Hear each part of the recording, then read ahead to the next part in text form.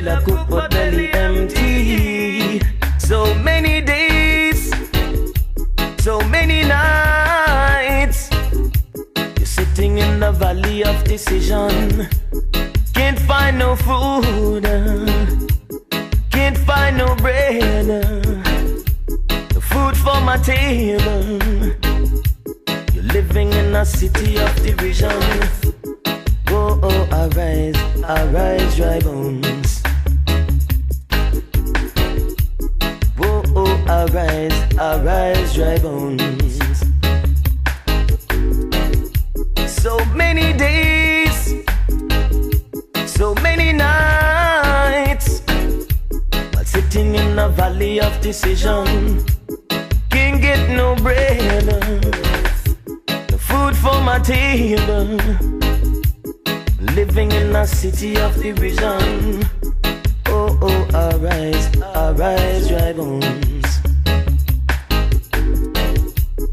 Oh, oh, arise, dry bones. Oh, oh, arise, dry bones. Classic Army. 9:21 in the morning, 49 minutes. Nope. 39 minutes. I can do math, I promise. 39 minutes in front of an o'clock. Jockey A'Jari is in the corner. Good morning, Shy. Good morning, guys. How are you? Okay, that good, huh? I'm trying to stay like away from the Okay, mic. got it. Understood. It was the kid. It's always the kids. I got Jerry Williams with us. Good morning, my brother. How you feeling? Let me turn your mic up. Soft-spoken young man. How you feeling, sir? Everything good, Rashidi. All right, man. Happy to be here. Hey, happy to have you here on St. Thomas.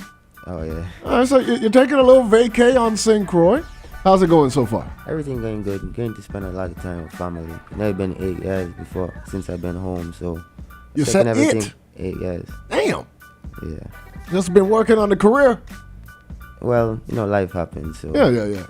Okay. Well, life is happening, and it's a good life. You're doing pretty well in parks. Oh, everything going great. Can't complain. Happy to be there for sure. No doubt. All right, now, 8 years ago is when you started your pro career in the States, or Nah, I before? actually started, 2015. Okay. But I got hurt, and then the first week I started, me and Euclid, we went up together, me and Petey. We went up together in May of 2015. I got hurt, then I came back.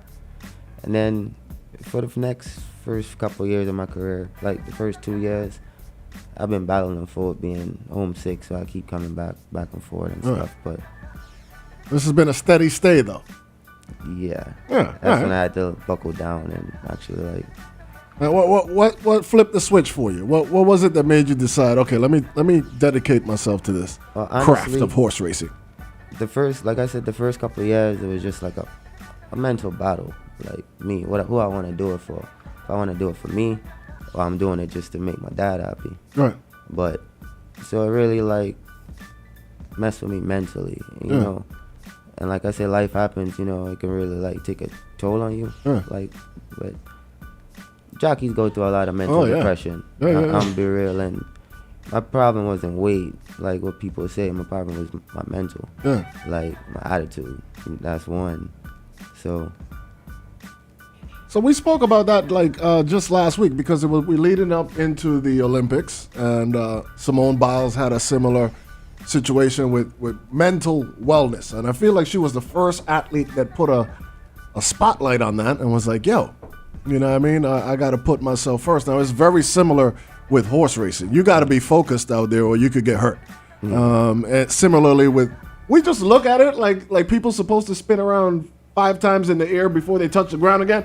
But no, that's very dangerous as well. And if your mind ain't right, it might not be right for you to be out there. Well, it wasn't me wanted crazy or anything. It No, was just, she wasn't going crazy either. I never believed in myself. That's one for Okay. sure. As good as you ride a racehorse, you didn't believe in yourself. No, that don't sound right. What? I don't get it. Why? Where did the doubt come in? Have you seen yourself on a horse lately?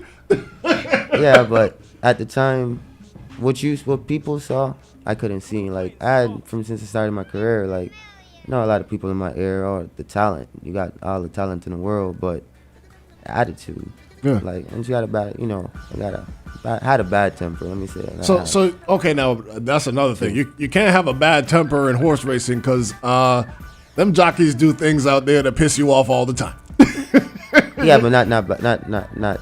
I wouldn't physically harm somebody in a race. Like, Right. I know better than that. Like, Oh no, I'm talking about in the jockey room. I never got into altercations. In the No, jockey I'm room. not saying that you would. I'm just saying mentally, like if you have a bad temper, I don't I'll know just that. flip out on people, like trainers and stuff. Like after the race, after I ride a race, when I come back in, Yeah. the horse ran bad, I lose my cool. Like, Really? the race, get frustrated and tell the trainer, like, You did that? this horse is a piece of, Wow. this horse is garbage. Yeah. I did that, but I was young. Yeah. Honestly, I was 19 when I needed to grow. And first time away from home, first time away from my dad. Yeah. Like, and then just extra stuff added to it. Yeah. That thing, but it wasn't nothing like I was just saying it wasn't in the right frame of mind for riding. I was doing it for the money more than anything else. And there's good money in it. Not a bad reason. But I understand what you're saying. So where would you say your mind is at right now? Well, actually, we got goals now in the business. Like before, I never cared about a Kentucky Derby. I never cared about the Dubai World Cup. I never cared about none of the big races, to be honest. It was just me making money and taking care of my family. That's all it is. But now, I can see myself being in New York at the big stages, riding the Derby, and then in the next 5 years, and everything else like Dubai World Cup. Like actually, got goals to achieve now, and I want to show my son like he can be the best in the business and stuff. Just work hard and he can achieve anything, and just to be at the big stages and to be able to take him there with me one day. Yeah. Like before I retire, like that's my goal. All right. So the 5-year plan is to be on the big stage. Not 5 years, less than 5 years. Less than 5 years. Okay. We starting to get that confidence that I'm looking for out of the great A'Jari Williams. Tremendous rider. Riding for your dad. Okay, so I'm gonna take it that you're not coming back with one of your dad's horses and telling him, Dad, this horse ran like, nope. I did that before. He was one of them. I did that too. I'm not gonna lie, to be honest with you. Yeah. He was one of them. I came back in on one of his horses. I told him straight up, like, hey, this is a effing rat. Like, I told him like that, but that was disrespectful. Yeah. Like, at the time, I didn't watch it as it was disrespectful, and I didn't know how bad it hurt his feelings or whatever, but I know how hard it hurt, and all he could do was suck it up, like, swallowed it, because I'm his son, and regardless, I know he's going to put me back on, but another rider did that to him. Oh, that's a wrap. They can't even walk in his barn again. Never. No. Any trainer born, they can't even walk in. Right. So I got a lot of passes just because off of my talent, but after And you realize that. Yeah, I realized. It took me a long time to realize that, but I do. Okay. All right. Well, I mean, I appreciate the honesty. So you rode one for your dad the other day, right? I feel like everybody gave their best effort on that particular race day. The trainer had the horse ready. You gave a good ride. The horse fought, just didn't win. But that's a part of the business. You know what I mean? So we gonna watch this race together. I'm gonna let you tell me about it. It's the 6th horse in the race. His name is My Brother Bill. Awesome, Brother Bill. Awesome, Brother Bill. All right, there you go. All right, so you should be able to see it on the screen here. It's going to become bigger, and you can tell us the way you see it. Once again, he's on the 6th horse. In the corner right there? Yeah. Oh, I can see it. All right, so tell us what you're thinking here. Right there, we broke the gate and stuff like that. I'm going to put him in like a forwardly position and stuff. Okay, wait, let me get you another microphone. Let me get you the mic where you can see it on the other side. All right, hold on, pause, bam. Okay, instrumental, boom. Let's Jay, can you? Oh, I got it.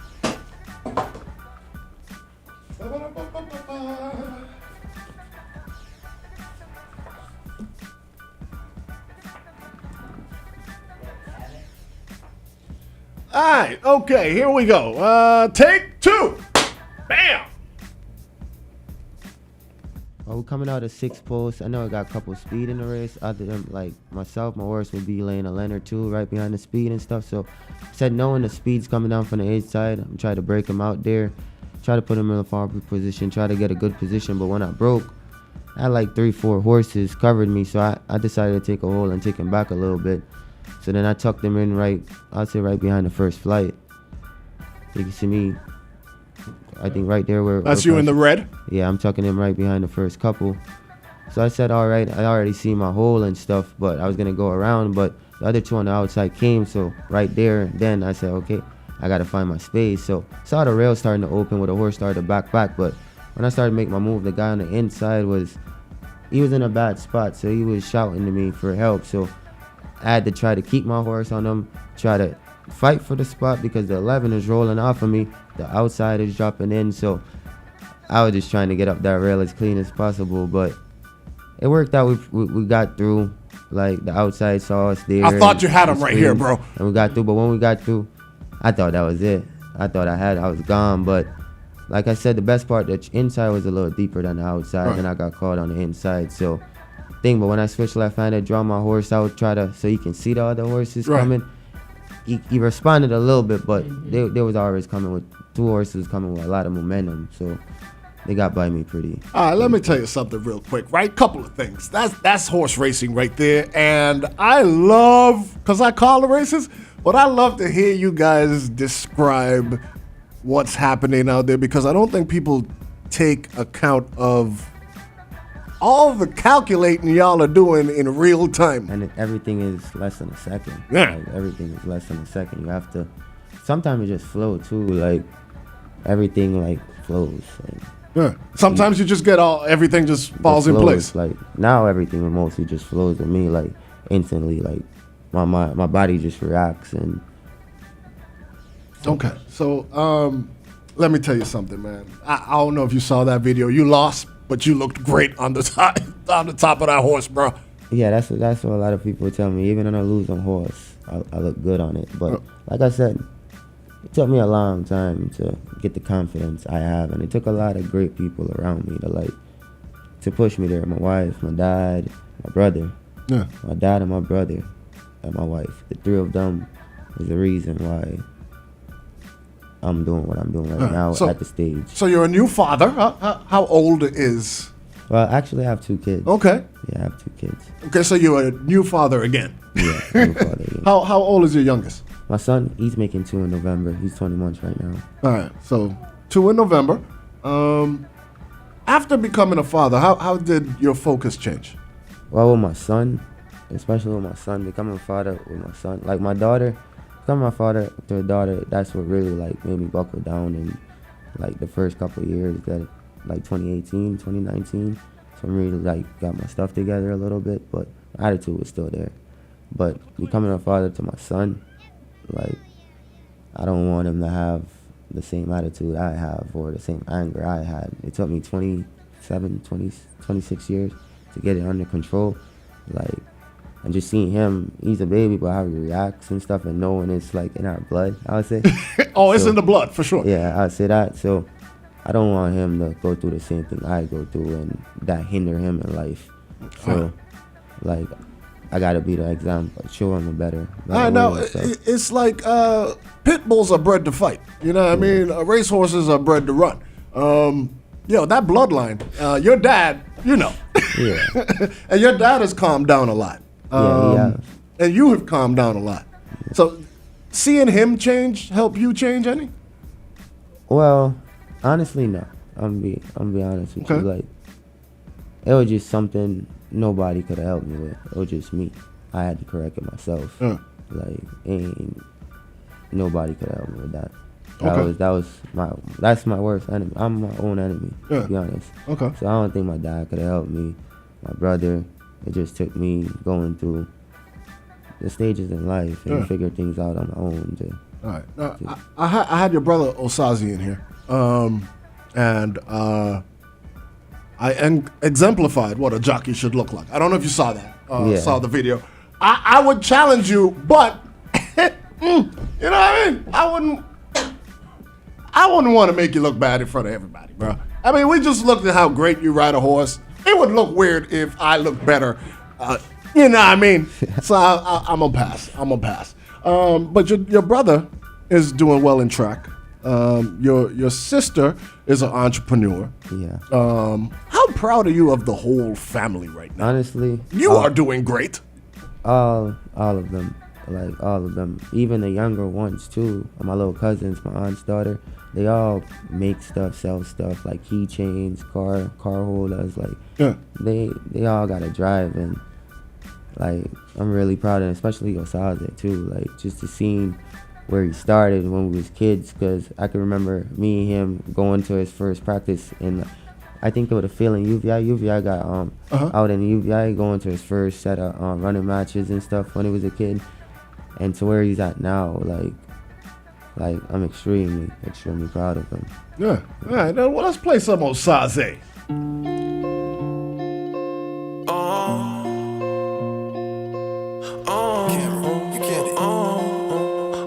Avanto made it.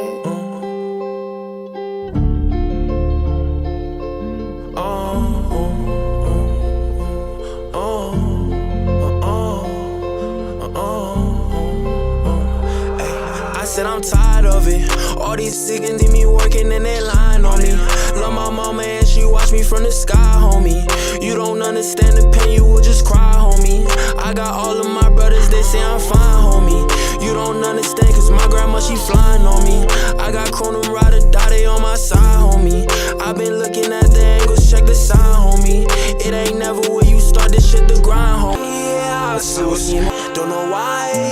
I got so much shit I cannot lose tonight.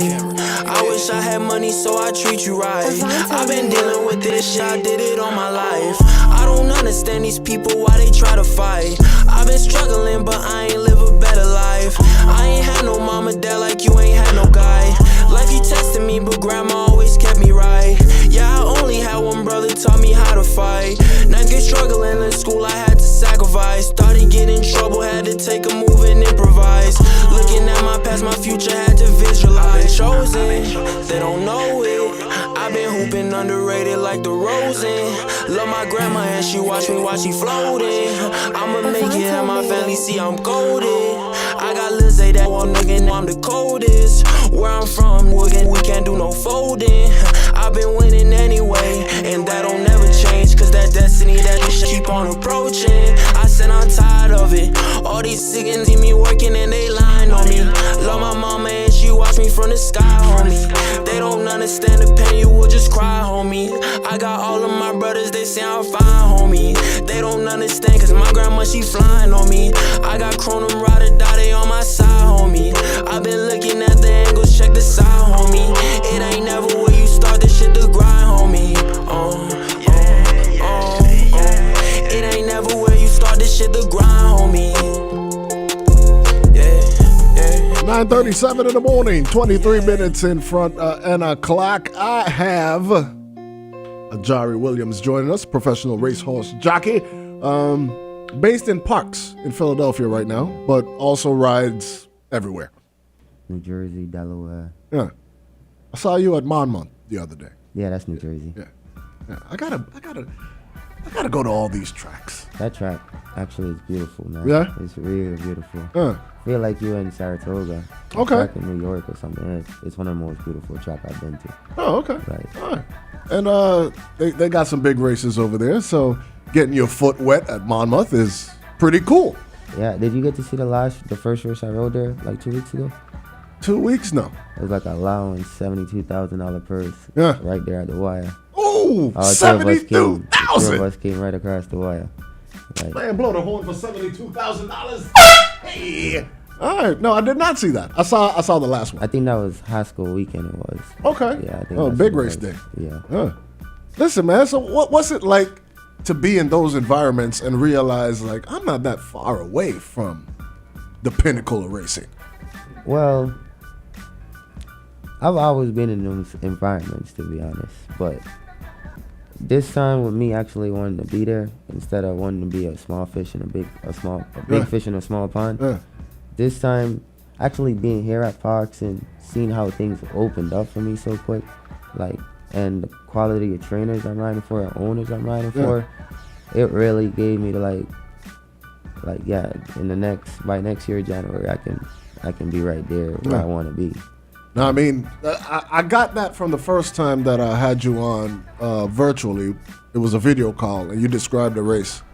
And the way you described the race, I was like, yo, mentally, this guy is prepared But as a jockey. At the time, I just wasn't ready. Mm. I wasn't ready. Still had a couple stuff I needed to fix. Yeah. Like, and I got it together now. So Yeah. I think you can forget about when you weren't ready. You are obviously ready now. No, but actually, that's just like a big part of my story that nobody knows, and like a lot of rumors came about and stuff over that, like the first couple of years of my riding, and why I was in Mountaineer, and why I decided to place myself in a smaller track and stuff. West Virginia, cold. What is it like to ride in the cold like that? Actually, I rode I never really rode in the cold in West Virginia. I did it probably like 1 year in Ohio. Okay. I did it like 1 year, and after that, I ran from it. Yeah, I'm sure you did.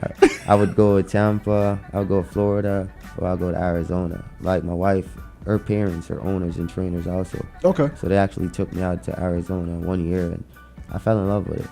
Okay. So I kept going back, and then that's where the baby was born too. So it's like a special place to us too. So nice. In the wintertime, now when November, December come, I'm already looking for my way out. Right. Like, I don't blame you, man. But now in parks, this year in parks, the winter was pretty good. It wasn't bad. It stayed in probably a couple of days. It got in the high 20s, low 20s, but it roughly stayed in the 40s, high 50s, and to me, that's great weather. Like, that's real good weather. Well, 40 degrees, and then there's some sort of wind, and then your horse is going 40 miles an hour. It must be pretty cold out there. We be so bundled up that honestly, we don't feel anything. Like our body wise, the only thing that's hard to keep from freezing up is your feet and your hands. Like sometimes when you can't even use your fingers to pull up the horse anymore. Like you just got to use your body and ease back and stuff. So it gets cold, but it's just mostly your fingers and your feet. Your body, we got like 5 layers top and bottom on. Okay. 5 layers. In the wintertime, you're allowed to put on extra clothes. And me, I'm like, I normally walk around like 115, 116 on race day. Right, race day. I won't say right now, but like 115, 116 on race day. But yeah, you've been eating good food since you're home. Well, not really. Okay. I've been eating a lot of fruits, to be honest. Okay. Like, that's what I actually miss from back home, just picking a fruit off the tree. And so I've been eating a lot of fruits and eat my little Kentucky, but I've been craving Kentucky, so I ate Kentucky, but that's all I ate so far. Fruits and Kentucky. All right, so 116. You walk around at 116. Yeah. Listen, man, the jockey life ain't easy, man. I respect y'all to the utmost. Who would be the jockey that you look up to the most? Kevin Krieger. Kevin Krieger. Kevin Krieger. That's who taught me, and he's one of my idols. Him and Deshaun Parker. Okay. Like that's my 2 favorite riders, and both of them I had the privilege to work with them. Awesome. Him and Deshaun. Deshaun was actually my agent last year. Really? Last year he got hurt in Indiana. Yeah. He was actually my agent because we're good friends. He's like a close friend of mine. That's crazy. My mentor always reach out and stuff, and that's one of the guys I reached out to when I was going through my situation and stuff. And like the words he gave me was actually West Virginia Derby Day. When I rode the 2 stakes race, he sat me down. We went out to eat after, me and my family and his family, and he sat me down. And just the words he gave me and what he told me, it really like lit that fire I needed. Like just to hear it from him, somebody I looked up to from when I was a kid. Right. And he rode with me for years and helped me from since the start of my journey as an apprentice to where I was at, to where I'm at now. Because he still calls me, texts me when I'm at parks. Like that's dope. So he actually lit that fire just with his words, and in his eyes, I'm better than Irad, I'm better than Jose, and this is a top 10 jockey in the world, one of the best jockeys to ever ride, the best black jockey to ever rode a horse is Deshaun Parker, stats wise and history wise. So for him to tell me like in his eyes I'm a better rider than Irad, a better rider than Jose, like I heard it from a lot of people, especially from my dad, but it's my dad telling me. Right, yeah, dad's supposed to say that. It's my brother. And somewhere somebody is like, better than Irad and Jose Ortiz. Are you sure? Claro. Listen, man, jockeys, it's about opportunity, and it has a lot to do with the horse. The horse. If you're going to get the better horses, you're supposed to win the better races. And that's why I explained to somebody the other day, like, somebody called me out the blue. It's weird, just out the blue, randomly through Facebook. You know, in the beginning of your career, I never believed in you. I never thought you had it. I laugh. Like, them stuff don't bother me, especially when it coming from people from the Virgin Islands. Them stuff don't bother me. I'm like, I don't mean to say it like that, but them stuff don't bother me because that's the ones that actually made me feel how I felt. Like, Right. And from before I even rode a racehorse professionally, I was being put down. So I'm gonna tell you a story about Kevin Krieger real quick. He don't mind. We were at, I feel like it was either the Derby or the Preakness, one of those races, and some VI people were there, and I was like, "So how you feel?" We were doing an interview. How you feel about folks from the VI coming to check you out? He was like, "I wish some of them didn't come." Yeah, me honestly, that's why I refrain from trying to post anymore on social medias and stuff like recently since I'm at parks, because I don't want the fake love. Like, if it ain't genuine, I don't want it. Like, and I know who's genuine and I know who's not, because you can. It's blatant. Like, the respect for me as a rider, respect for my dad as a trainer, the respect for my brother as a trainer, it's not there from the people of the Virgin Islands. Like, I'm sorry to say, like, they treat us like we're not even part of it. And ain't no family.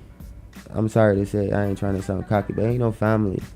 And ain't nobody else from the Virgin Islands doing what we doing. Oh no, yeah. On the national stage. The Williams name is heavy. Not even the Williams name.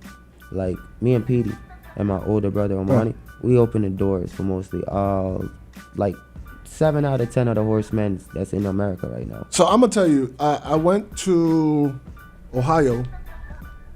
Thistledown? Is that Ohio? Yeah. And I told a lady that, you know, I'm from the Virgin Islands. She was a official at the track, and I just mentioned the name Euclid Prentice, and she started to cry. Of course, most of you know Euclid has passed on in a car accident, but the way she spoke of him and the love for him and the doors that you guys opened and the respect that you guys put on the Virgin Islands name is to be commended. So big respect to you. And I know it was tough when you lost Petey as well. But for strangers, people who met him the first time, he left an indelible mark on people's lives. And I feel like you have that legacy to carry on too, though. Yeah. Well, I ain't gonna lie to that. You just kind of got me a little. Yeah. But, yeah. When you get that big opportunity on that big stage, you're going to be riding for yourself, and you're going to be riding for the great Euclid Prentice. Every day I ride with him. Like, something in my boots have, like, his stuff on top of it, my pants. Like, every day. Like, this journey ain't just for me. Right. This journey is for me and my brother. Like, trust me, this journey is for the both of us, because I miss him every day. Like every day I miss him, like, really. Yeah, well, let me tell you something, right? I don't know which side of the fence you think I'm on, but I'm proud of you, brother. I'm very proud of you, and I'm very excited to see what's to come in your career, and your father, of course, and your brother as well. But you guys are doing a tremendous job, and your dad was Trainer of the Week 2 weeks ago. So big respect to the great family, Dulas Williams, and of course the rest of the crew. All right, so do you do any like training stuff? Every now and again you got muck the style? No, I don't walk the horses for Oh, you walk the horses? Like, sometimes I go back, feed him in the afternoon, set the feed for him and stuff. Yeah. But he know you can't get me to do that. I'm sorry, you can't get me to do that. Not clean style. I hear that. Okay, so now I got a question. I've had a few jockey friends and interviews with everybody. How does Julio Felix, what the name Julio Felix mean to you? That's the legend. It means that's the teacher right there. He's where it all started, and without him, it won't be it won't be any of us, to be honest. Like, he reaches out to me. I never got to work with. That's my older cousin from mom, and like from both sides. Like, my granddad is his mom's sister, and then my my mom's mom is his cousin also, Felix. So that's my older cousin on both sides. So he reaches out to me all the time. And no, he's a good dude. He was one of the guys in my era also, like, hey, like, time to get it together and time to, like, and he also, when I first started, a lot of people don't know, and he sent me to Kentucky and Indiana when I was an apprentice, but with Julio Rios. But like I said, like, everything that happened in the beginning was me being my own worst enemy and me acting and all of that. So I got a question that I've always wanted to ask, and I've never, for whatever reason, I always forget. But I got you here today. I just feel like, right? Why do jockeys flip the whip? It's actually easier. We spin it in our fingers. We spin it. So because it's down in a downward position like this. So it's easier to get it up in a quicker movement than trying to. You see, you can't you can't spin it, so you gotta spin it up so we can get it in an upward position. I just feel like if you're going 40 miles an hour, you're turning a corner, you spin the whip, there's a better chance for it to fall. See, that's why it never falls. That's why the little lessons from the Jockey A'Jari, you know how they come down? That's why they come in. All right, man. I appreciate that, my brother. When you riding again? That question might be sometime. I'll go back Thursday, so I'll say probably Friday, Saturday, Sunday, right away. Like, they're just waiting for me to get on the plane for them, all of them to push the button. Yeah. That's it. So my agent. Feels good to be in demand, don't it? It feels good to have people that appreciate you. Yeah. I can say that. Feel good to have people that actually appreciate your hard work. I'm gonna ask you one more time. Have you seen yourself on the back of a horse lately? Because you look good out there, brother. That one thing, when it comes to my riding, I don't think I'll ever be like big-headed or anything. Like me, I'm a person. If I walk in a room, I'm still willing to learn. So right now, the confidence is there. It's 100%. Like I don't think ain't nobody can get me off the pedestal I put myself on now. Dope. But happy to hear that. Like I'm gonna blow the horn for that. Now, this is actually what I wanted to do. I ain't doing it for nobody. I ain't doing it for the money. I'm doing it for myself and just to show my son, like, once you work hard, you can get whatever you want out of life. Like, so things are going good. I just hope it keeps going like that. So is this your wife's first time in the Virgin Islands? Yeah, that's the first time. Like she like it? She loves it. Yeah, she loves it. Oh yeah. Smart guy. Bring the wife home as soon as you can.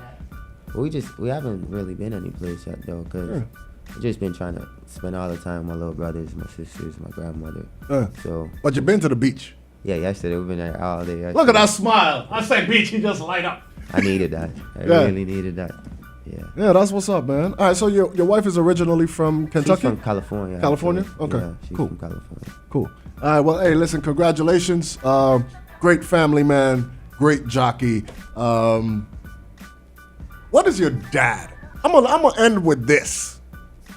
What does your dad mean to you? Like, it seems like he might be a great. I'm not gonna lie, I never asked myself that question. He always been in our life, like our whole life, but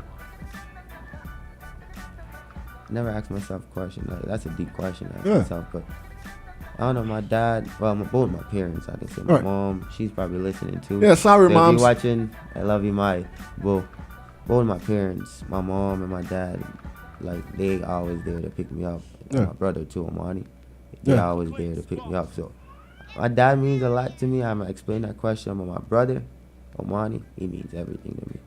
That's one thing I can say. My dad, he's just somebody I could always look up to. Like, somebody, he taught us like a lot of principles growing up and stuff that up to this day I still live by. Yeah. Like, so that's the man that he raised us, like, our whole life, taught us how to work hard, taught us the difference, like, of right or wrong, because a lot of kids nowadays, like, they don't have that. Like, a lot of kids in the Virgin Islands, they just have that crab in the barrel mentality. And he made sure, like, we became something for sure, not just the three of us. He made sure that the first three set the example for the rest. Yeah, okay. And stuff, but I don't know, my dad is just one of the greatest, like, he's one of the... Yeah. I can't answer that question, but he's just one of the biggest key to just me being the person I am in my life right now. And trainers are a lot like jockeys in the sense is that you could only be as good as the horses that you get. And I am looking forward to owners giving him better quality horses. The accolades of Trainer of the Week is going to help that. Your first jockey title, your first jockey crown is going to help you get better horses, and it's all on the way. So big respect to you and the family. And no disrespect, my No disrespect, man. Before we go, I just want to say, if Ricky you watching, thank you, Ricky, for everything you did for me too in my career. Yeah. That's one person I can't ever leave out. Ricky Plaskett. Of course. Yeah. RPVI. Yeah, that's he's a big part of my team too. Oh, he believed in you. Yeah. But I would say he believed in you more than anybody that was not related to you in the early goings of your career. And big respect to Ricky Plaskett, who also looked out for other Virgin Islands jockeys too, but he really believes in you, brother. Yeah, a lot of people does, like a lot of people, like right now I let a lot of people down, but right now I'ma do what I gotta do for sure. I don't know about that part. Yeah. We're not interested in the past. We are working towards the future, and very excited to see what's to come. Thank you so much for coming through, brother. Thank you to Seabourn Airlines for making it happen. And that was the great A'Jari Williams, who is currently writing at Parks. That's where his tack is right now. And occasionally in Monmouth. And anywhere else? I think when I go back, I'll be riding Delaware these next 3 weeks until parks open back up that month. So I'll be riding Delaware, Monmouth, Penn National, and honestly wherever else the owners need me to be. Yeah. Because they already reached out and asked me if like certain tracks if I'm willing to drive there and stuff. So anywhere they're willing to ship me, well, I'm going to jump in my car and we going. Like the great Victor LeBron told me in an interview the other day. He's like, I'm going to go wherever the money is, and there is a lot of money out there. Yeah, right. All right, man. Hey, I just want to say to you and your wife and the family, continue to enjoy our island life. Good life, island life. Hey,